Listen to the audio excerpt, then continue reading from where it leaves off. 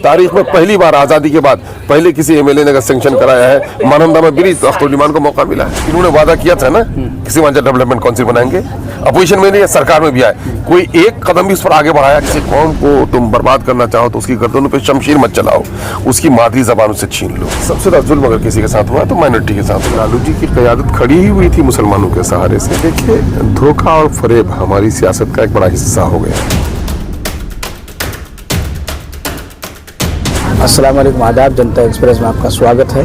किशनगंज से पटना का सफ़र और वंदे भारत एक्सप्रेस में इस वक्त हम लोग मौजूद हैं और हम बात करेंगे तेजस्वी का किशनगंज आगमन और कई सारे वादे। तेजस्वी के आगमन को लेकर बेबाक आवाज़, चर्चित चेहरा AIMIM के बिहार सदर अख्तर ईमान क्या कुछ कह रहे हैं, आइए उन्हीं से जानते हैं। सर, क्या कुछ कहेंगे? तेजस्वी का दौरा है किशनगंज, आज उनका कई जगह सभाएं हैं, क्या कुछ कहेंगे? बिहार में अपोजिशन के लीडर है, पूरे बिहार का उन्हें दौरा करना चाहिए।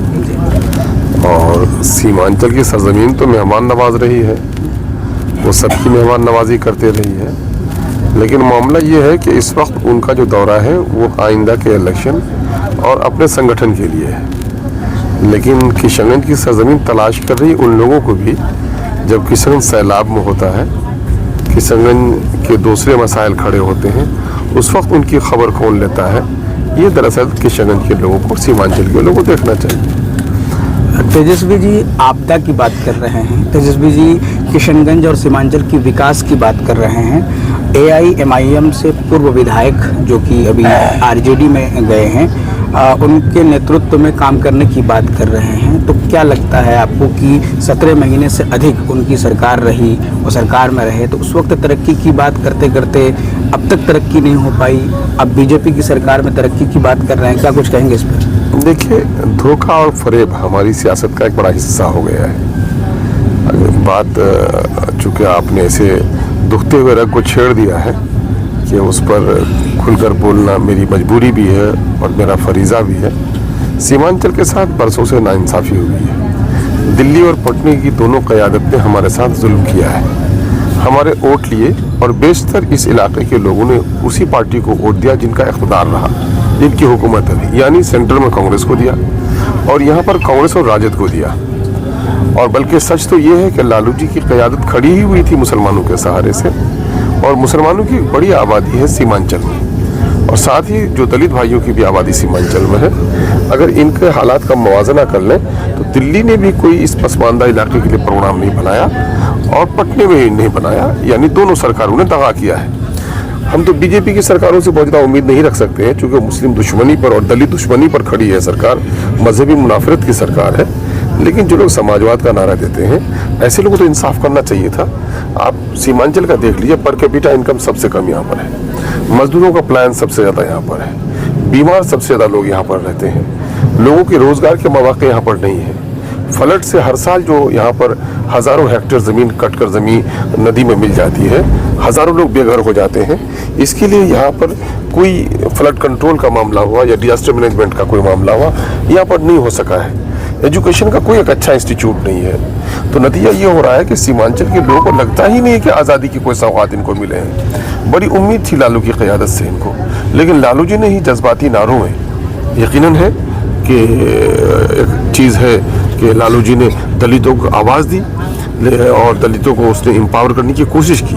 लेकिन यादव और मुसलमानों के अगर हालात का जायज़ा लें आप, तो यादव भाइयों की जो हालत थी 90 से पहले, मुसलमानों की हालत भी करीब थी, बल्कि तालीमी एतबार से मुसलमान बेहतर थे। लेकिन यादवों को तो उसने एम्पावर किया, मुसलमानों को छोड़ दिया। अब ये बात कहें कि सबूत क्या है आपके पास? अभी जाति आधारित गन्ना की रिपोर्ट आई है। जाति आधारित गन्ना की रिपोर्ट के मुताबिक 13 करोड़ की आबादी बिहार में हो गई, और इसमें देखेंगे कि डिफरेंट जो कास्ट्स हैं उनकी आबादी कितनी है, सरकारी नौकरी में उनकी हिस्सेदारी कितनी है, तो आप देखेंगे कि सबसे ज़्यादा जुल्म अगर किसी के साथ हुआ तो माइनॉरिटी के साथ हुआ है। मिसाल के तौर पर मैं कह रहा हूँ, जिन लोगों को नौकरियाँ ज़्यादा मिली, मैं उसमें ताना नहीं देता, उन्होंने बेदारी का सबूत दिया है, पॉलिटिकल अवेयरनेस का सबूत दिया है। 37 लाख आबादी है हमारी, मैंने पूरे बिहार की आबादी 13 करोड़। बिहार में सरकारी नौकरियाँ मिली है 20,49,370। उसी में अगर देखें कि जिसकी जितनी आबादी उसकी उतनी हिस्सेदारी होनी थी। भूमिहार भाइयों की आबादी 37 लाख है, नौकरी में हिस्सेदारी 58,000 होती है उनकी, 1,87,000 नौकरी उनको मिली। है ना। कुर्मी भाइयों की आबादी 37 लाख है, नौकरी में से 58,000 होती है, 1,18,000 नौकरी उनको मिली। लेकिन आप वहीं पर देखेंगे दलितों की आबादी के एतबार से देखेंगे कि उनको 4,11,000 नौकरी मिलनी चाहिए थी, 20% आबादी उनकी है, उनको 2,91,000 नौकरी मिली, 1,10,000 नौकरी से दलितों को महरूम रखा गया। और मुसलमानों की 18% आबादी, जिनकी नौकरी में 3,68,000 हिस्सेदारी होती है, और उनको सिर्फ 1,70,000 नौकरी देकर तकरीबन 2 लाख नौकरियों से महरूम रखा गया। ये नौकरियां कितने साल की है? 30-35 साल होती है नौकरियों की एज। इसमें राजद, कांग्रेस, जदयू, भाजपा सब शामिल है। इन लोगों ने मुसलमानों के लिए क्या है। एक बात बहुत हटई से कहते हैं कि मैंने हथकड़ी लगाई थी, गोया हथकड़ी तो नहीं, मेहमान खाने में पहुंचाया था आडवाणी को। अरे आडवाणी को आपने पहुंचा भी दिया, मेरी मस्जिद तो नहीं बचा सके। आपने समाजी अपनी सियासी रोटी आपने से की है, हमारा क्या भला किया है। अभी देखेंगे यही लालू जी करे, दलितों उठो, केकरा खाने वालों, सुअर चराने वालों, बकरी चराने वाले, ए मुसलमानों उठो, है ना, तुम अपने दरमियान में लीडरशिप पैदा करो। तो इन 75 सालों के दरमियान में बिहार में सीमांचल में मुसलमानों की लीडरशिप खड़ी हुई है ना, सो कॉल्ड मुस्लिम लीडरशिप जो आज सेकुलर लीडरशिप है हमारी, और खड़ी हुई, तो उसको भी किसने तोड़ा? उसको भी राजद ने ही तोड़ा। जबकि इलेक्शन के बाद, 2020 के इलेक्शन के बाद जब सरकार बनने की बात आई, तो मैंने लालू जी से साफ कहा, उन्होंने मुझे फोन किया, मैंने कहा सर मैं आपका पुराना रिश्ता मेरा रहा है, सरकार आप बनाइए, मैं 118 लाइए, मैं 5 जाने के लिए आपको तैयार हूँ, मुझे मंत्रालय भी नहीं चाहिए। उस वक्त भी इनका साथ दिया, जब स्पीकर का इंतखाब हुआ उस पर भी साथ दिया, इशूज पर हमेशा इनका साथ दिया। लेकिन आप देखेंगे कि पार्टी को तोड़ा किसने? पार्टी को तोड़ने का काम किसी का? सबसे ज्यादा बेचैनी अगर किसी को हुई इस इलाके से MIM के जीतने से, तो राजद को और कांग्रेस को ही, और इन लोगों ने तोड़ने की साजिश की। मैं तो दावे के साथ कहता हूँ कि अगर गैरतमंद माइनॉरिटी के लोग हैं, इनको समझना चाहिए कि बाबरी मस्जिद टूटना तुम्हारा गम हो सकता है, लेकिन तुम्हारी क़यादत को जिसे तोड़ा है वो भी उससे कम मुजरिम नहीं है। आपको याद होगा 2020 के इलेक्शन में तेजस्वी जी आए और उन्होंने आकर के यहाँ ठाकुरगंज में भी और जोकी में भी, वहाँ की मिट्टी भी गवाह है, लोग भी गवाह है। उन्होंने क्या कहा था कि साहब अगर मेरी हुकूमत बन जाएगी तो मैं बिहार में सीमांचल डेवलपमेंट काउंसिल तस्वीर करूंगा। हुकूमत तो बनी 17 महीना, क्या कभी आए? डिजास्टर मिनिस्टर उन्हीं का रहा, हमारी पार्टी से तोड़े हुए लोगों को। क्या इस इलाके के सैलाब ज़दगान के लिए, जिन लोगों के घर कटे, जिन लोगों की फसलें तबाह हुई, है ना, जिनके मकानात बह गए, क्या उनके लिए कुछ कर पाए? ये नहीं कर पाए। कहाँ है सीमांचल के बारे में इन्होंने एक लफ्ज़ तक नहीं बोला। इन्हीं के ज़माने में 12,000 उर्दू शिक्षक 2013 में जिनका रिजल्ट हुआ था, 2015 में भी इनकी सरकार बनी थी ना, जब महागठबंधन उन्होंने बनाया था, तब भी उनको बहाल नहीं किया। अभी भी बिहार में 80,000 उर्दू टीचरों की जगह खाली पड़ी हुई है, उनको ये बहाल नहीं कर पा रहे हैं। मुसलमानों के जितने भी इंस्टीट्यूट हैं, खास करके मदरसा बोर्ड हो, अक़लियती कमीशन हो, उर्दू एकेडमी हो, उर्दू मसावरती कमेटी हो, जिनका ताल्लुक कहीं ना कहीं से बराह रास्त मुसलमानों से या बिलावास्ता मुसलमानों से जुड़ा हुआ है, तो उनकी तरफ इनकी कोई तवज्जो नहीं है। और कभी भी माइनॉरिटी की हिस्सेदारी के लिए बिहार में मॉब लिंचिंग हुई गुलनाज की, है ना, क्या उनको इंसाफ दिलाने के लिए आवाज़ उठ सकी? इनकी मॉब लिंचिंग हुई सनोबर की, क्या आवाज़ उठ सकी? ज़ैनुल आबिदीन की मॉब लिंचिंग हुई, क्या आवाज़ उठ सकी? इन्होंने कहीं भी हमारे मसाइल के लिए इन्होंने बात करने की कोशिश नहीं की है। अब वोट की ज़रूरत है, वो आ गए हैं, और मैं तो कहूँगा कि यहाँ के लोगों को धोखा दिया है राजद में शामिल होने वाले, MIM के वोट से जीतने कर राजद में शामिल होने वाले इन बेगैरतों ने जो धोखा दिया है, कौम उसका बदला लेगी। तो सर, जहाँ आप 75 सालों की जर्नी की बात कर रहे हैं, 2025 सामने है, इलेक्शन फिर आने वाला है, तो क्या लगता है कि फिर मुसलमानों को धोखा देने और झांसा देने की बात चल रही है, तो क्या चल लग रहा है? मैं क्या कहूँ आपको, मैंने कहा कि धोखा किसको कहते हैं? वादा करके नहीं निभाना। इन्होंने वादा किया था ना किसी सीमांचल डेवलपमेंट काउंसिल बनाएंगे, अपोजिशन में नहीं, सरकार में भी आए, कोई एक कदम भी इस पर आगे बढ़ाया क्या मिनिस्ट्री में ला भी दिया प्रस्ताव? क्या मान लें कि सरकार में पूरे तौर पर फाइल वो नहीं करवा सकते थे, कम से कम कैबिनेट में ला भी तो देते कि साहब एक प्रपोजल, ये भी तो नहीं ला सके। तो ये पूरे तौर पर झांसा दिया है, पूरे तौर पर झांसा दिया है।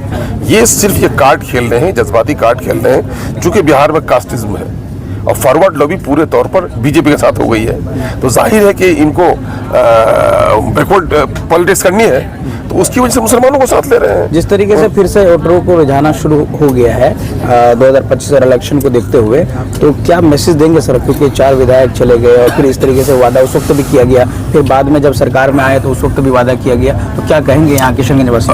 मैं बिहार के गैरतमंद लोगों को और सीमांचल के गैरतमंद अक़लियत और दलित के लोगों को कहूँगा कि बिहार के तनाजुर में देखो कि बिहार में पर कैपिटा इनकम पटने का क्या है, मुंगेर का क्या है, बेगूसराय का क्या है और सीमांचल का क्या है। आप देखोगे इंफ्रास्ट्रक्चर हो, पर कैपिटा इनकम हो, एजुकेशन हो, गवर्नमेंट जॉब्स हो, सरकार के दूसरे स्कीम्स हो, उसमें सबसे पीछे आपको रखा गया है। आप जब तक उठ के खड़े नहीं होंगे आपकी मदद करने के लिए कोई नहीं आएगा। MIM कोई वो नहीं है, कोई कम्युनल पार्टी नहीं है। हमारा पूरा जो पार्टी का वो है पूरे तौर पर सेकुलर है। हम रीजनल डिस्क्रिमिनेशन के लिए लड़ते हैं, जो इलाकाई नाइंसाफियाँ हुई हैं उसके लिए लड़ते हैं। हम एक बार फिर कहेंगे कि सीमांचल की तकदीर को संवारना चाहते हो, सीमांचल के मुस्तकबल को बेहतर बनाना चाहते हो, इन दगाबाजों से, इन मक्कारों से, इन धोखेबाजों से आपको ऊपर उठना पड़ेगा। MLA बनना शोहरत और दौलत इज्जत का सामान नहीं है। MLA दरअसल आवाम की, मजलूम आवाम की वकालत का नाम है। और आप देख लीजिए कि MIM से ज़्यादा दयानतदारी के साथ कौन आपकी वकालत कर रहा है। तो मैं फिर कहूँगा लोगों को कि पहचानिए।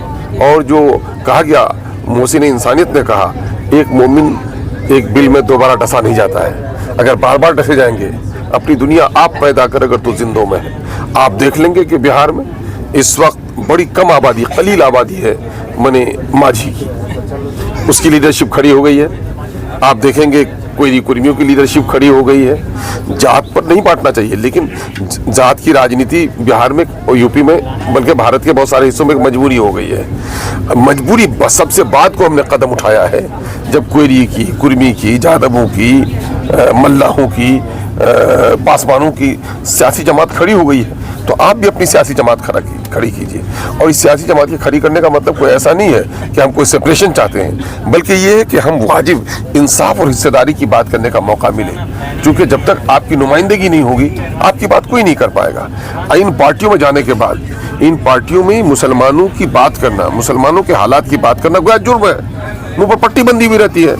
ये हमारे रफीक हैं जो कल तक हमारे साथ जीत के गए थे, ये कहते थे कि ये लोग बोलने नहीं देते, काम कराने नहीं देते हैं, तो मुझसे तो अलग हो गए। क्या उनके मुंह पर पट्टी बंदी हुई है या पट्टी खुली? बोल भी पा रहे हैं क्या वो? क्या काम के मुवाजने में कर लेंगे? तो क्या मैं अपोजिशन में तनहा रह करके जितना काम कराया हूँ तभी काम करा सकें क्या? तारीख में पहली बार आज़ादी के बाद पहले किसी MLA ने अगर सेंक्शन कराया है, मानंदा में भी अख्तर उल ईमान को मौका मिला है। तो हमने जो कुछ कराया है तो वो तो अपनी जगह पर है, पूरी दुनिया देख रही है। तो ये है कि इस इलाके के साथ लोगों ने नाइंसाफ़ी की है। मैं चाहूँगा, सीमांचल के लोगों से मैं गुजारिश करता हूँ, बिहार की अक़लियतों से मैं गुजारिश करता हूँ कि आप अपनी ज़मीर को आवाज़ दीजिए कि जब तक आपकी क़यादत खड़ी नहीं होगी आपको इंसाफ नहीं मिल पाएगा। और ये क्या कम है कि जहाँ 3,68,000 नौकरी होनी थी, वहाँ 2 लाख नौकरियों से महरूम आपकी नस्लों को रखा गया है। अगर यही आपकी सियासी बेबसीरती रही तो आने वाले दिनों में और बड़ा नुकसान होगा। मदरसे बंद होने के कगार में है। उर्दू ज़बान को लोगों ने मलियामीट कर दिया है। ऑस्कर आर्नल्ड ने कहा था, यूरोप का एक बहुत बड़ा स्कॉलर है, किसी कौम को तुम बर्बाद करना चाहो तो उसकी गर्दनों पे शमशीर मत चलाओ, उसकी मादरी ज़बान उससे छीन लो। और आज मादरी ज़बान को हमारा ख़त्म किया जा रहा है। इन तमाम तर मुद्दों पर बहुत ही संजीदगी के साथ, सियासत कोई ताश के पत्तों का खेल नहीं है, मोबाइल का कोई गेम नहीं है। सियासत अपने ज़मीर, हालात हाज़िरा और मुस्तकबिल को सामने में रखकर पार्टी की पॉलिसियाँ, उनकी कारकर्दगी, बज़ाहिर तो हर पार्टी अपने आप को सेकुलर कहती है, लेकिन जो लोग मंदिर और मस्जिद तोड़ने की बात करते हैं, क्या वो सेकुलर हैं? जो लोग मुसलमानों के साथ नाइंसाफ़ी हो रही है और वो कहते हैं इंसाफ की बात, समाजी इंसाफ की बात, क्या समाजी इंसाफ किया है? नीतीश जी ने कहा इंसाफ के साथ तरक्की की बात, तो जिस तरह से नीतीश जी ने नालंदा को संवारा है, क्या किशनगंज पर तवज्जो दी है? सब ने दिया है हमको चोट, अब अपनी पार्टी, अपना वोट। ये वक्त आ गया है, लोगों को खड़ा होना चाहिए। तो हमने सदर अख्तर उल ईमान साहब से बात की, आपने सुना और आपने पूरा वीडियो देखा तेजस्वी का दौरा। और आज किशनगंज में उनका कई जगह सभाएं हैं और हमने AIMIM के सदर अख्तर उल ईमान साहब से बात की और चलती ट्रेन में बात की, पटना के सफ़र में हैं। आपने तमाम बातों को सुना। अभी के लिए दीजिए हमें इजाज़त। धन्यवाद, शुक्रिया। पूरी वीडियो देखने के लिए आपका धन्यवाद। अगर आप इस वीडियो को फेसबुक पर देख रहे हैं तो कृपया हमारे पेज को फॉलो करें, और यदि आप YouTube पर देख रहे हैं तो कृपया हमारे चैनल को सब्सक्राइब करें। आप अपने दोस्तों में या फिर फेसबुक और व्हाट्सएप ग्रुपों में महत्वपूर्ण खबर यानी अफवाहों से दूर सटीक और सही जानकारी वाली इस खबर को साझा करना ना भूलें, ताकि वे भी सटीक और विश्वसनीय खबरों से अपडेट रह सकें।